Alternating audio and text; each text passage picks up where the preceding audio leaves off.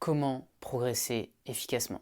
Si on se focalise sur la progression, sur l'amélioration, eh bien au bout on aura une meilleure réalisation de soi, on sera plus satisfait par rapport aux différents objectifs, aux différents domaines dans lesquels on évolue, on aura plus confiance en soi parce que forcément on verra qu'on peut influencer les événements, on peut s'influencer soi-même, ce qui est le plus important, mais on peut aussi influencer les circonstances. Donc dans cette vidéo, j'aimerais te partager plusieurs moyens d'améliorer cette progression, de continuer à progresser au fur et à mesure efficacement. Si tu veux améliorer ton mental pour être plus performant, tu peux t'abonner à cette chaîne et activer la petite clochette pour ne rien louper. Donc ce que je veux te partager vis-à-vis de la progression, c'est déjà de faire preuve de flexibilité mentale. Flexibilité mentale, ça veut dire que peut-être que tu ne peux pas changer la situation dans l'instant, c'est-à-dire que elle est comme ça, il faut l'accepter, mais ce que tu peux toujours contrôler, c'est ta manière de réagir, ta manière de répondre à cette situation. Ce que tu peux faire, c'est toujours changer ce qui te concerne. Et ensuite, tu vas influencer cette situation.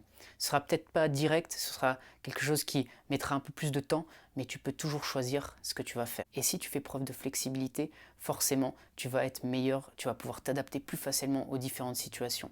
Donc, une manière de faire preuve de flexibilité, et c'est faire face en fait aux problèmes, c'est trouver des solutions. Et j'aimerais te partager une technique qui est assez simple, c'est de prendre un problème par exemple et de te demander s'il y avait une chose à faire pour résoudre ce problème, qu'est-ce que ce serait?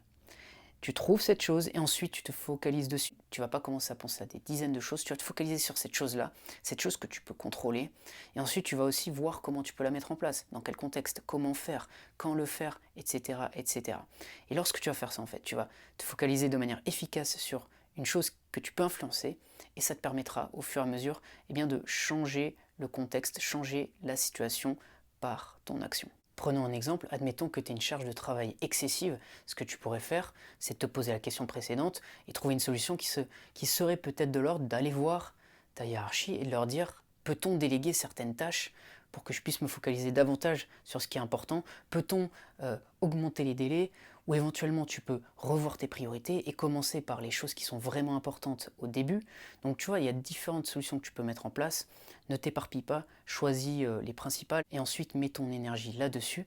Mais la préparation mentale va t'aider justement dans ce sens-là parce qu'elle va te permettre d'être moins rigide, d'avoir plus de flexibilité mentale, ce que je disais au début de la vidéo.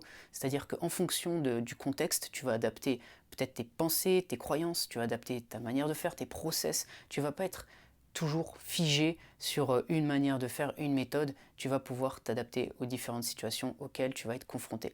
Et ça, c'est vraiment un atout qui peut te permettre de progresser davantage. Donc voilà ce que je vais te partager dans cette vidéo. J'espère que ça va t'aider. Si c'est le cas, tu peux mettre un j'aime, tu peux t'abonner à cette chaîne. Et si tu veux un coaching, tu peux me contacter. Il y a mon email dans la description. Je te dis à bientôt pour une prochaine vidéo.